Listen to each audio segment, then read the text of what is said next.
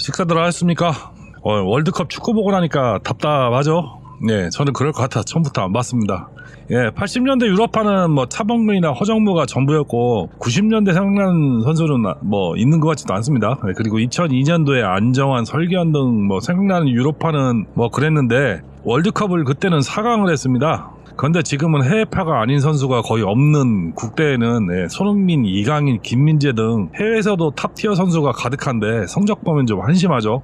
어떻게 보면 국대 차범근이나 박지성이가 10명에서 11명 있는 것과 같은데 그놈의 3백이 뭔지 왜 저랬나 싶습니다. 세상에서 가장 비싼 요리인 샤프란, 캐비어, 트러플, 안심, 등심, 참치, 요리재료를 잔뜩 갖다 줬더니 라면에 한 번에 때려 먹고 척 끓여 먹는 것과 뭐가 다른가 싶습니다.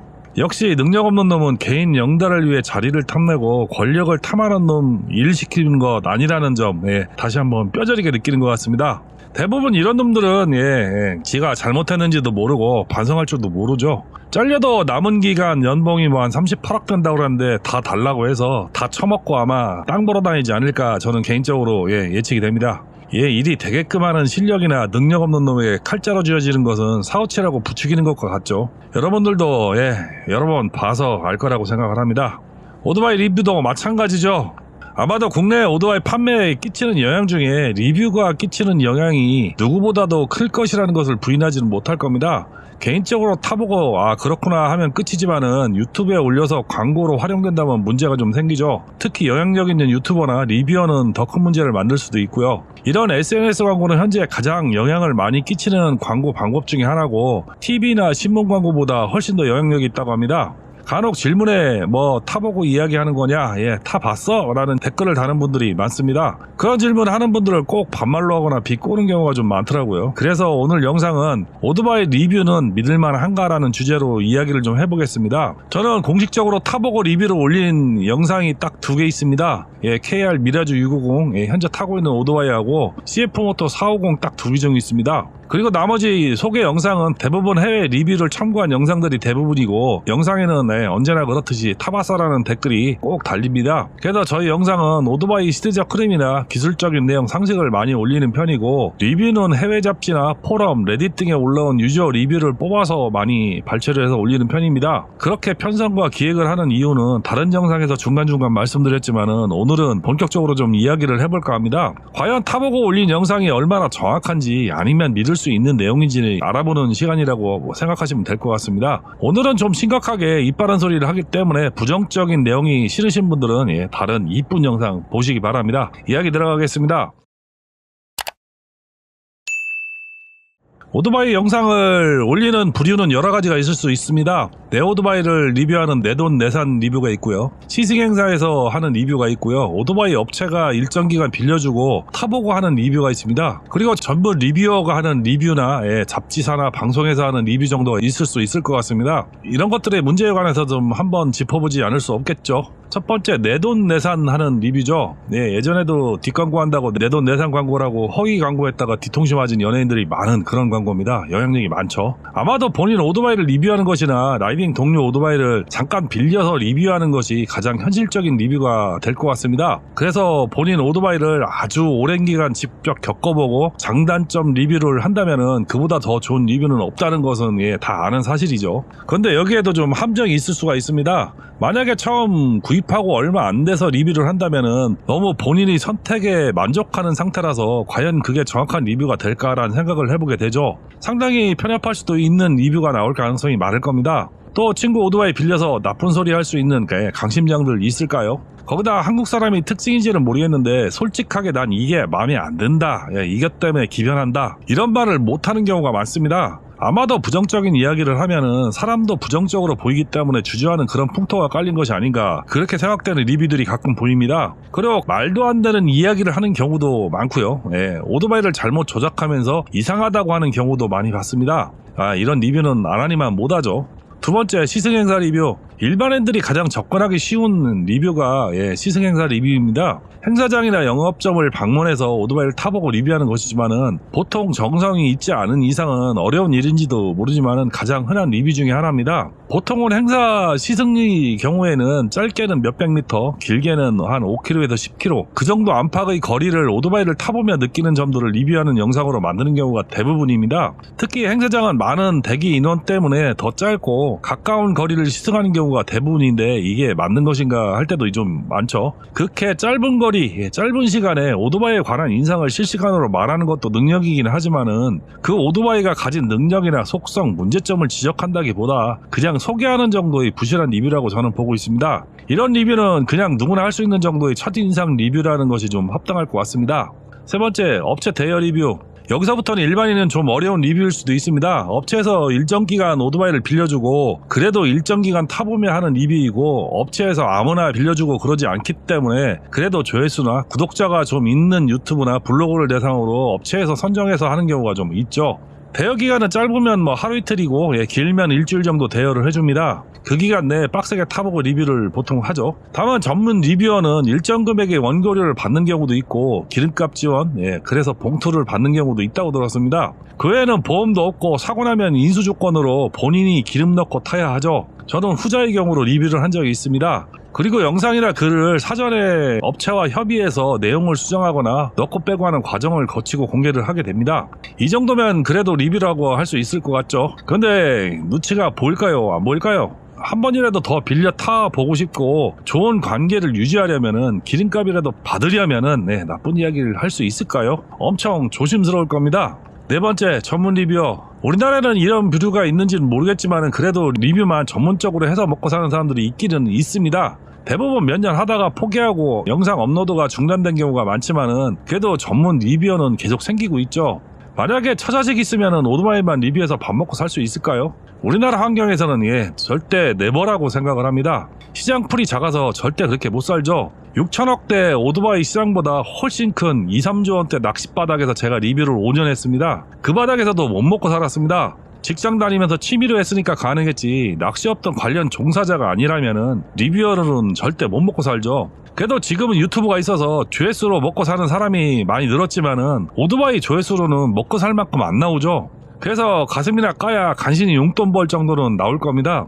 전문 리뷰어들은 오토바이 가게를 하거나 관련 업종 종사자일 경우가 상당히 많죠. 이런 환경에서 좋은 리뷰가 나올까요? 만약 리뷰에서 입 바른 소리 하면은 생업에 지장이 있는데 과연 그게 가능할까 싶습니다. 달리 말하면은 이런 형태의 리뷰는 그냥 메이커 나팔수라고 생각하는 것이 정확한 표현일 겁니다. 아주 불공정한 리뷰가 나올 수 있는 환경이 이런 환경이죠.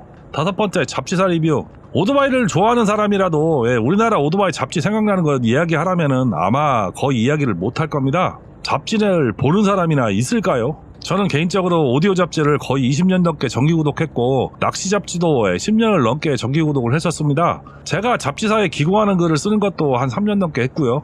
우리나라 오토바이 잡지는 98년도에 창간한 월간 모터사이클, 2013년에 창간한 라이드 매거진, 2005년에 창간한 이륜차 신문 이 정도의 검색이 됩니다. 그나마 일반인이 사려면은 교보문고나 가야 살 수 있는 잡지고 그것도 예약을 해야 살 수 있는 곳이 많습니다. 안 팔리니 안 갖다 놓기 때문에 정기 구독해야 겨우 우편으로 날라오죠. 그럼 이런 잡지들이 어디에 팔리냐? 이런 잡지들은 오토바이 메이커나 가게 광고를 실어주면은 일정 부수를 공짜로 주는 무가지 배포를 많이 합니다. 그래서 오토바이 센터 가보면은 한쪽 구탱이에 잡지가 많이 돌아다니는 게 그래서 그런 겁니다. 그런데 그런 잡지사에서 수입 메이커 까는 기사를 실을 수 있을까요? 만약 그러면 광고 발주가 없기 때문에 밥줄 끊어지는 거죠. 중앙일보, JTBC가 삼성이 연간 1조 원이 넘는 광고를 끊으니까 망하는 현실을 본다면은 오토바이 잡지사 광고 몇 개만 떨어져도 직원들 월급 못 줍니다. 그런데 오토바이 리뷰하면서 까겠습니까? 이게 우리나라 오토바이 업계의 현실이죠. 이런 환경에서 리뷰가 엄청 공정하고 소비자에게 이익이 되는 리뷰가 잘 나올 수 있겠습니까? 차라리 영향력이 전혀 없는 구독자 100명도 안 되는 유튜버가 올린 영상이 더 정확하고 시청자에게 필요한 리뷰가 나올 수 있습니다. 그런데 그런 영상에 여러분들이 신뢰를 또 안 하잖아요. 안 보고요. 막 오버하고 재미있고 막 노출도 가끔 있어야지 많이 보고 좋아하잖아요. 그리고 좋아요 누르잖아요. 이게 현실이죠. 리뷰를 하려면은 일단 갖추고 있는 여러가지 능력이 있어야 합니다. 시간도 있어야 하고 오토바이에 대한 지식과 오토바이를 기본적으로 잘 타서 오토바이 특성을 잘 파악해야 되죠. 그리고 빨리 파악해야 되고요. 그래서 오토바이 특성도 이해하고 단점도 지적할 수가 있습니다. 거기다 경험도 있어야 어떤 기준점을 가지고 이야기를 전개해 나갈 수 있죠. 당연히 영상으로 만들려면은 말빨도 있어야 하고 그래야 영상이 나오겠죠. 아니면은 글빨이라도 있어야 표현이 가능하기 때문에 많은 능력이 필요합니다. 또 다른 오토바이와 비교하기 위해서는 오토바이도 여러 종류 많이 타봐야 좋은 리뷰가 나올 수 있습니다. 제 경험에 비춰 앞에 이야기한 사례를 들어서 이야기를 이어나가 보겠습니다. 오토바이 경험이 많아도 처음 다른 기종의 오토바이를 받아서 운행을 하다 보면은 좀 얼타는 시간이 있죠. 이 얼타는 느낌을 아시는 분은 알겠지만은 다른 말로 비교한다면은 내 오토바이와 다른 이질감이라고 표현할 수밖에는 없는데 무섭기도 하고 떨리기도 하고 막 내 마음대로 오토바이가 안 움직이는 그런 오묘한 느낌을 이야기하는 겁니다. 저는 이런 시간이 최소한 1시간 정도 됩니다. 1시간도 오토바이가 잘 움직이고 작은 기종은 그렇고 할리나 골드윙처럼 대형 오토바이는 하루 이상 타봐야 얼타는 느낌이 좀 없어지죠. 그리고 적응해서 막 내 오토바이 정도 타려면은 며칠 걸립니다. 최소한 1000km는 타야 이제 오토바이 편하게 타는구나 하는 느낌이 들 때도 있죠. 제가 몇 년 쉬었다가 미라주 650 처음 탈 때 거의 1년을 적응을 못했습니다. 이상하게 오토바이가 내가 생각하는 것만큼 안 움직이고 타기가 힘들다는 느낌이 거의 한 1년 후에 없어졌습니다. 지금은 걸어다니는 것보다 오토바이 타는 것이 더 편해서 담배 사러 갈 때도 오토바이 타고 갑니다. 이 정도는 돼야 오토바이 리뷰를 할 수 있는데 몇 시간, 반나절, 하루, 일주일 이렇게 타서 오토바이 특성을 다 파악해서 리뷰한다는 것이 글쎄요. 그렇게 리뷰하면 좀 미안하지 않을까 싶습니다. 저는 그래서 리뷰 의뢰가 들어왔을 때 조건이 2주간 빌려주는 조건으로 리뷰를 진행했습니다. 적응하는데 대충 한 1주 한 1000km, 중속 고속 비포장 포함해서 한 1000km는 타봐야 답이 나올 것 같아서 그렇게 진행을 했습니다. 단독으로 한 600km, 리터급 고속 투어러하고 한 750km, 기타 비포장 포함 짜잘하게 거의 한 2000km 가까이 타고 열심히 리뷰를 작성했습니다. 그래도 제 능력, 실력의 한계가 있어서 오토바이 능력을 100%는 언감생심이고 50%? 한 30%? 20%? 이 정도밖에 끌어내지 못했던 것 같습니다. 리뷰라는 것이 이렇습니다. 입 바른 소리 하면 잘리고 어떤 기종과 비교해도 그렇죠. 우리나라 오토바이 리뷰 다른 기종과 비교하는 리뷰 보신 적 있으신가요? 그런 리뷰는 거의 내돈내산 리뷰거나 아마도 다른 경쟁 기종이나 경쟁사 대놓고 못 가게 할 겁니다. 국내 리뷰는 거의 공정성을 담보로 할 수 없는 리뷰를 만든다고 보면 거의 정확할 겁니다. 그래서 우리나라는 오토바이 여러 대 놓고 직접적으로 비교하는 오토바이 리뷰가 엄청 귀하죠. 외국 리뷰는 경쟁 기종을 직접 가져다 놓고 같은 조건에서 다이렉트로 비교하는 리뷰가 상당히 많습니다. 대부분 외국 전문 리뷰어들은 그렇게 하고 잡지사에서 운영하는 유튜브 채널에서는 보통 비교 리뷰를 많이 하게 됩니다. 그래서 몇 번 이야기했지만 제가 국내 리뷰를 보지 않고 외국 리뷰나 기고글을 많이 보는 이유가 여기에 있습니다. 외국 유튜브도 자막이 있고 요즘 AI 더빙으로 한국말도 잘 나오죠. 3, 4년 전만 하더라도 자막이 엄청 이상했는데 지금은 전혀 이상한 점 없이 번역이 기가 막히게 나옵니다. 거기다 오토바이를 운영하는 데 있어서 나타나는 문제점은 오토바이를 오래 타면서 생기는 문제점이기 때문에 오너 리뷰 아니면은 나올 수 없는 이야기들이 많습니다. 리뷰용 몇 킬로 타봐야 단점 찾기 힘들고 문제점, 내구성 이런 거 내용 알 수도 없습니다. 근데 내가 오토바이를 선택하고 타야 한다면은 운영상 문제점, 운영비, 내구성, 부속 가격 이런 문제가 더 중요할 수 있습니다. 그래서 이런 면에서는 잠깐 타보는 리뷰는 거의 소용없다는 이야기가 되죠. 그냥 그런 느낌이구나, 아니면 대충 비포장도 가고 포장도로 해서 편안한 그런 용도가 있구나, 요 정도 파악하는 용도로 시청할 수는 있겠지만은 절대적으로 믿고 구입하거나 선택한다면은 오히려 실망할 가능성이 더 높지 않을까, 저는 좀 조심스럽지만 그런 생각이 좀 듭니다. 그래서 잠깐 타보는 리뷰는 그냥 참고만 하시기 바랍니다 라고 저는 말씀드리고 싶습니다. 우리나라 레저 스포츠라는 개념이 제 생각에는 주 5일제를 계기로 한 2002년에서 5년 사이에 본격적으로 시작된 것이 아닌가 생각을 합니다. 실제로 IMF 때 돈 번 사람들은 간판집, 낚시점과 총포사에서 무전기 취급하던 분들이 핸드폰 장사하면서 떼돈을 번 사람들이 많습니다. 낚시점은 IMF 때 퇴직하고 양복 입고 퇴직금으로 낚싯대 구입하러 온 손님 때문에 30년 재고를 소진했다는 이야기가 돌 정도로 낚시점으로 돈 번 사람 많죠. 은성, 시스타, 수파, 동미, 명작하면은 민물낚시 오래 하신 분들은 아실 겁니다. 거다 민물 베스낚시, 바다 루어로 발전해서 여기까지 왔죠. 그 후 주 5일제 시행과 더불어 캠핑, 골프, 등산과 자전거가 한참 유행하기 시작하다가 좀 주춤했는데 코로나로 폭발을 했다가 지금은 그 후폭풍이 불어서 똥값 처리 중이죠. 또 코로나로 인해서 인기 레저가 오토바이였습니다. 솔직히 그전에는 아는 사람만 즐기는 전유물 같은 것이었는데 막 유튜브에 가슴 까고 나오는 열화가 등장하고 그래서 그랬는지는 알 수는 없으나 하여간 인기가 폭발해서 레벨이 연 1000대가 넘게 팔리고 리터급 오토바이가 모델별로 수백 대씩 팔리더니 중고차에 웃돈이 붙고 막 지랄 연병을 했던 적이 있었습니다. 근데 유럽이나 북미는 1950년대에서 60년대부터 레저 스포츠라는 개념이 생기고 석유 파동이 끝난 1980년대부터는 본격적으로 즐기는 부류가 생기다 보니까 오래된 레저 스포츠 분야를 다루는 잡지가 상당히 많습니다. 오래된 것은 1960년대부터 창간을 해서 시작한 잡지도 있고요. 늦어도 1980년대 일본 오토바이가 미국에 진출할 때와 같이 맞춰 창간된 잡지들이 대부분입니다. 거기다 과거에 SNS가 없던 시절에는 그런 잡지를 사보면서 정보를 얻고 동화되고 그런 문화가 있다가 보니까 메이커는 그런 고객 수요를 보고 홍보하는 것이 당연한 것이었기 때문에 잡지사가 갑이었던 시절을 보낸 역사가 있는 잡지사가 많습니다. 그리고 아직도 유럽이나 북미는 아날로그 문화가 남아있어서 그런 잡지사가 아직도 건실하게 살아있고 영향력이 아직도 막강하기 때문에 메이커와 상관없이 솔직한 리뷰들을 많이 실습니다. 그런 잡지들은 오토바이 선택에 영향이 있을 만한 기사나 라이딩 코스 소개, 운영, 수리 등 많은 정보를 실은 책이 절찬리에 아직도 판매되고 있는 것이 놀랍습니다. 이런 부분에서는 우리가 좀 부러운 점이 있죠. 그런데 여기서도 세상이 변하다 보니까 그런 잡지사가 유튜브도 하고 인터넷 사이트도 운영하고 있습니다. 그러니 우리도 쉽게 노팅을 할 수가 있습니다. 간단하게 소개를 해볼까 합니다.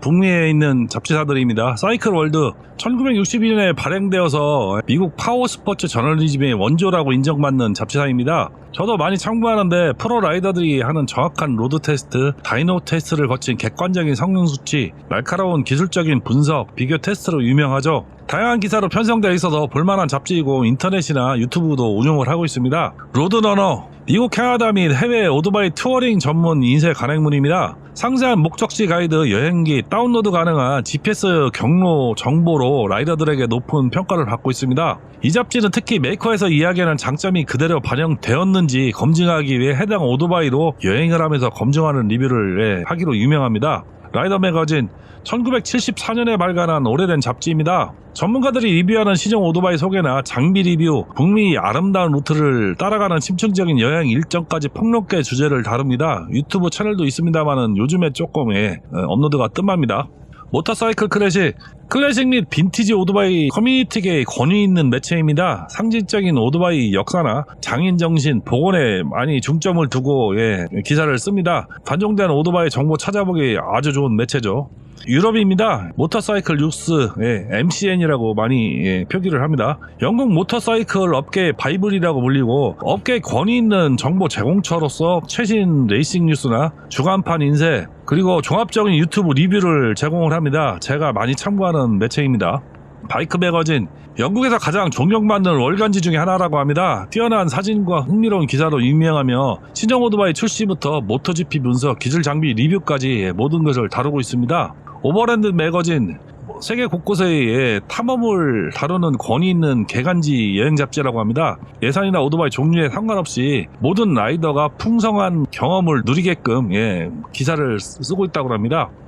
외국 잡지사는 리뷰의 일반 리뷰어가 아닌 전문 프로 라이더나 은퇴한 프로 라이더들이 오토바이 리뷰를 하고 기술적인 분석은 오토바이 제작사나 관련 업계에 있는 분들이 분석하기도 하고 객관적인 데이터를 위해 전용 장비로 측정을 합니다.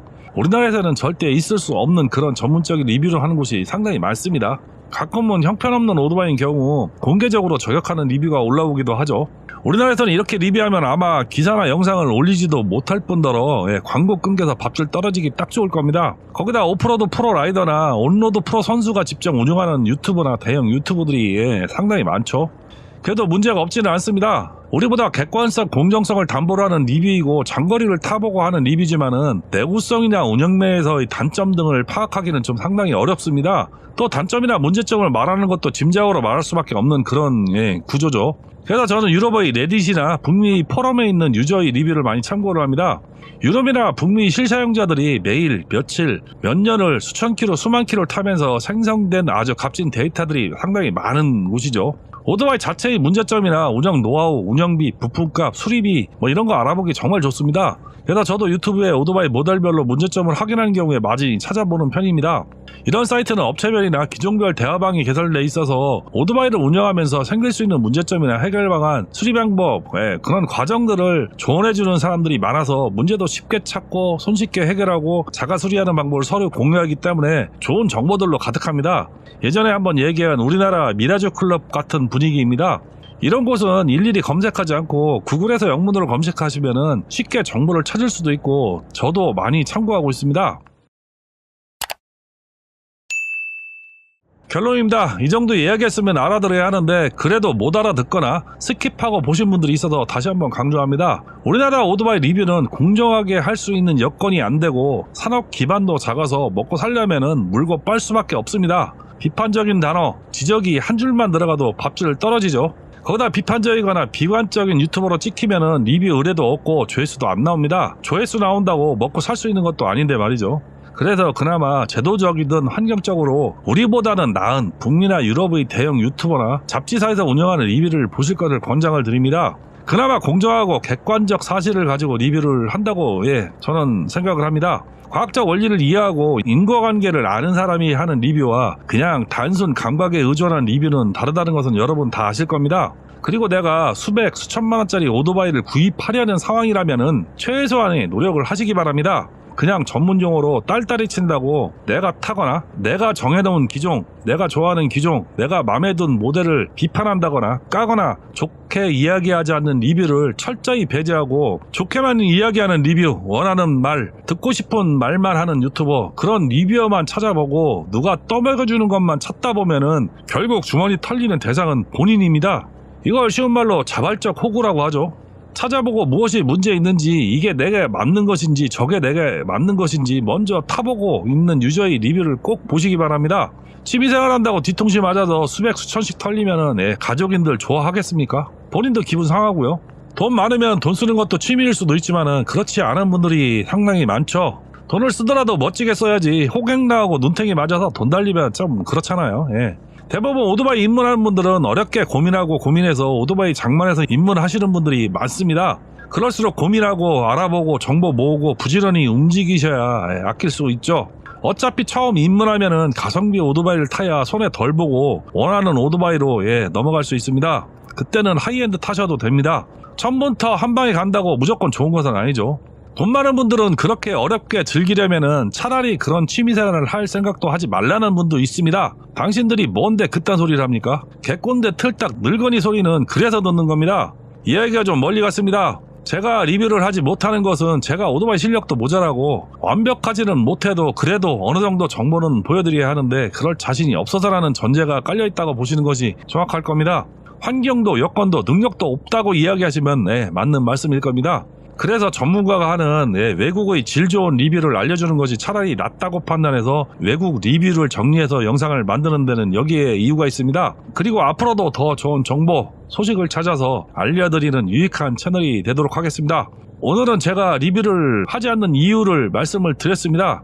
현실을 속 시원히 말하고 속 깊은 이야기를 다 하지는 못했지만은 틀린 이야기가 있으면 지적 바랍니다. 오늘 이야기는 여기까지입니다. 시청해주셔서 감사합니다.